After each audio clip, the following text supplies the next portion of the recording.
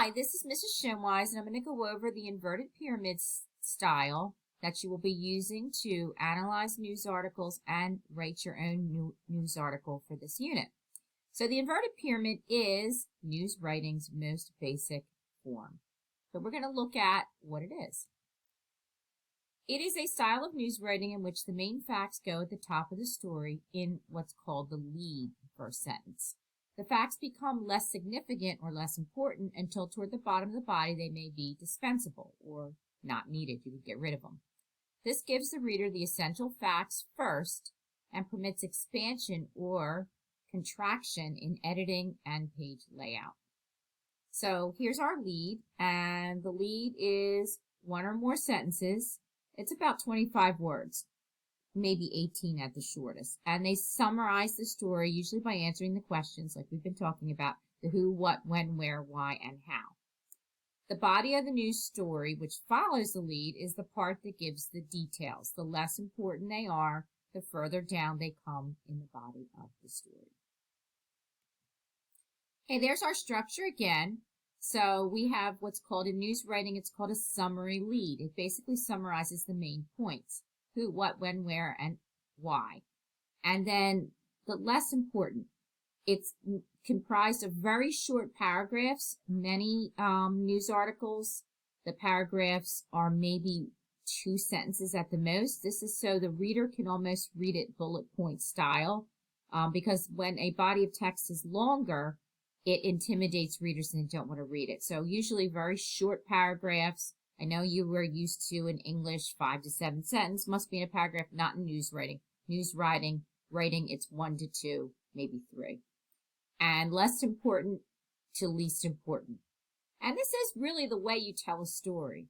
So if something happened in the hallway at school, and let's say 2 students got into a fight, you're not going to run into the classroom and say, John and George had yellow and green shirts on, and you know, they were discussing things, and then they suddenly got into a fight.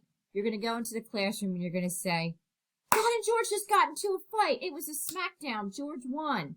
And then you might later say, oh, and then he got blood all over his yellow shirt. That might be like one of the last things you mentioned at the end of the article. But the most important thing is what happened. It was a fight. Who was it between? Then you might say what caused it. But you're simply not going to start out with the color shirts they're wearing. That would be less significant details. And that's why news articles are written this way. Most important to least important. Okay, the advantages. This is very efficient for a reader in a newspaper. They can kind of skim the paper or even skim the Yahoo News site. They can decide whether or not they want to read it based on the first sentence. It's very easy to understand this style. It develops a story sense, like I said. They can be written very quickly. It's formulaic. And they can be easily edited. So you just cut off what's at the bottom. Very easy to do. What are the disadvantages? What a lot of students don't like is it feels like a formula. It's not a creative style. It's facts and news. There's also no beginning, middle, or end. So if you like writing stories and are narrative and creative, you probably won't like news writing because there's really no end. There's not even a middle. It's just the most important is first. You start at the end, basically. So that some people might consider news writing pretty boring. Okay, what's the body of a news story? Again, I'm just going over format. The body consists of quotations and transitions in alternating form. So it has the lead sentence, and this goes with, it's known as an LQT, lead, quote, transition format, and it is a simple style to write. So you might have your lead sentence, the what's happening, and then you might have a quote from an important person explaining what's happening. And then you'll transition to the next less important idea. And that's kind of the way it works. Direct quotations are statements that retain the exact wording of the source. The source is the person speaking, and it's called attributing. A-T-T-R-I-B-U-T-I-N-G. Attributing a source when you say so-and-so said. So attribution is proving the story's real by having a quote from somebody who was there. Paraphrases allow for some changes in wording, but retain the meaning of the original quotation. And you should have 3 goals as a writer when you're writing your transitions. You want to add information, explain, and also help the story flow. Okay, again, there it is. Can't say it enough. Most important, less important, quotations or paraphrases and transitions, then more quotes or paraphrases and transition. Then you get to the least important material, and then more quotations or paraphrases and transitions, quotations or paraphrases and transitions. So, again, most important is first. All right, finally, if the story is more complex, that is, if it has more than one main fact, this makes your job harder. You must summarize, giving all 3 or 4 main facts in the lead if possible. That's why we call it a summary lead. You're going to summarize most important information right in the beginning. On the next section of the story, you'll give the most important detail of each main fact. After that, you'll provide additional but decreasingly important information on each fact. All right, I'm going to give you a sample. It's from the journalism book that I have taught out of in the past. And it's showing you the opening that presents the basic facts, that it's about a play, the name of the play, where and when it will be performed. And then you'll see how it goes from most important to least important. Okay, so here's the story that you might see in a high school newspaper. This is something you might write if we were having a play. Drama Club presents Anne Frank. Marking the 50th anniversary of the Holocaust, the Drama Club will present the winter play, The Diary of Anne Frank, tomorrow at 7:30 p.m. and Sunday at 2 p.m. in the auditorium. Admission is $4. Now notice, 2 sentences. That's how short that paragraph is. But it says the most important information, that they are giving the play, The Diary of Anne Frank, that it is tomorrow, and where it is, and also that it costs $4. That's what people are really going to want to know that are going. And then the next paragraph talks about the leads, okay? The next most thing that people are curious, okay, who's playing who? So they tell you the leads in the next paragraph, which again is only like 2 sentences. Play tells the true story of a Jewish girl, Anne Frank, played by Jessica Schoen, Sr. She's forced to go into hiding with her family from the Germans during World War II and must live in the attic above a warehouse. Anne's dad, Mr. Frank, played by Jason Dougherty Sr., luckily knows some people who help the Franks by bringing them necessities. So the leads are named in the next paragraph. Then the third paragraph, several cast members like performing in a more serious play. And here's some quotes. But really, these first 2 paragraphs are all that people really care about. You could probably cut all of these others out. And the last paragraph just says, the cast is working extremely hard. It's a very intense play. I can't think of another time in all the years I've been teaching that a cast has tried as hard as these guys have. Drama Club sponsor, Mr. Gene Fort, social studies teacher, said. So this is a Drama Club sponsor. I guess maybe the advisor or someone that contributes to it. But that's the last person people want to hear about. Sorry, it is a teacher. Of course, the first thing they want to hear about is things from the students. So again, this goes from most important information to least important.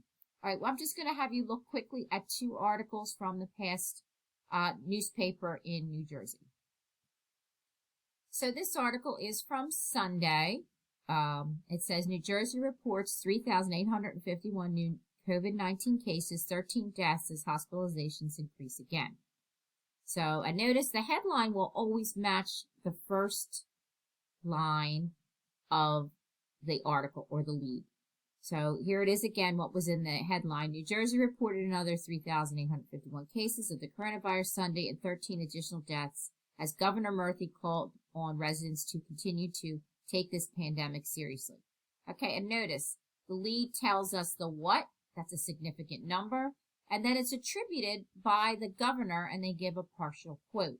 So that's following that summary lead quote, and then here's the transition. It's the second time. That's a transition. In as many days, there were fewer than 4,000 new cases reported after exceeding the number for 10 of the past 15 days. So it goes most important, then this is less important, then it goes to state officials. So we started with Murphy, and then it drops down to state officials. So most important to least important. And if we were to scroll down to the end of the article, it tells you the total deaths or the total cases in the state, the total deaths, etc. from the beginning, which again, least important. You could really, that's not the point of the article. It's just extra information. All right, another article. Okay, this article, driver suffers critical arm injury in rollover crash in front of restaurant, cop says. Okay. A Toms River man's arm was partially amputated when his vehicle flipped twice after he veered off the roadway Saturday in an attempt to avoid a vehicle that he said cut him off, police said. Okay, so most important thing is that his arm was partially amputated. That's conflict. It's, consequence. This is the type that's what makes this newsworthy. And because it's not a prominent person, his name will not be in the beginning of the article. So that's a detail that will be in the next part. So the next sentence, the 38-year-old man was driving west on Route 37 when his vehicle careened to the right in front of Pisces Seafood and Restaurant. Again, knowing the name of the restaurant isn't that important. This is important, knowing the where. So the article started out with a summary lead, so it tells you the who, but doesn't give the name, and the who and the what happened. And then we get to age and how. And then it goes into more detail, and there's a police press statement. It does say police said in the beginning, so it's a paraphrased police statement. And then, it goes into detail. Then we get into the officers' names, and then it talked about what happened to the man, how he was airlifted, and driver told authorities that he was cut off by an unidentified vehicle. So, again, most important to least important, and details. So anyway, that is the inverted pyramid format. So one more time, if we look at it, it is most important to least important. It does not have a beginning, middle, or end. It can be considered kind of boring, but it is efficient for readers. It's easy to understand. It does give a sense of story. It can be written quickly and can be easily edited. So in the next couple weeks, you will be choosing an article that's newsworthy of Kingsway, and you're going to interview at least 3 people, and you will be writing a news story in inverted pyramid. That's the most important part. So pretty simple and easy to do. Good luck.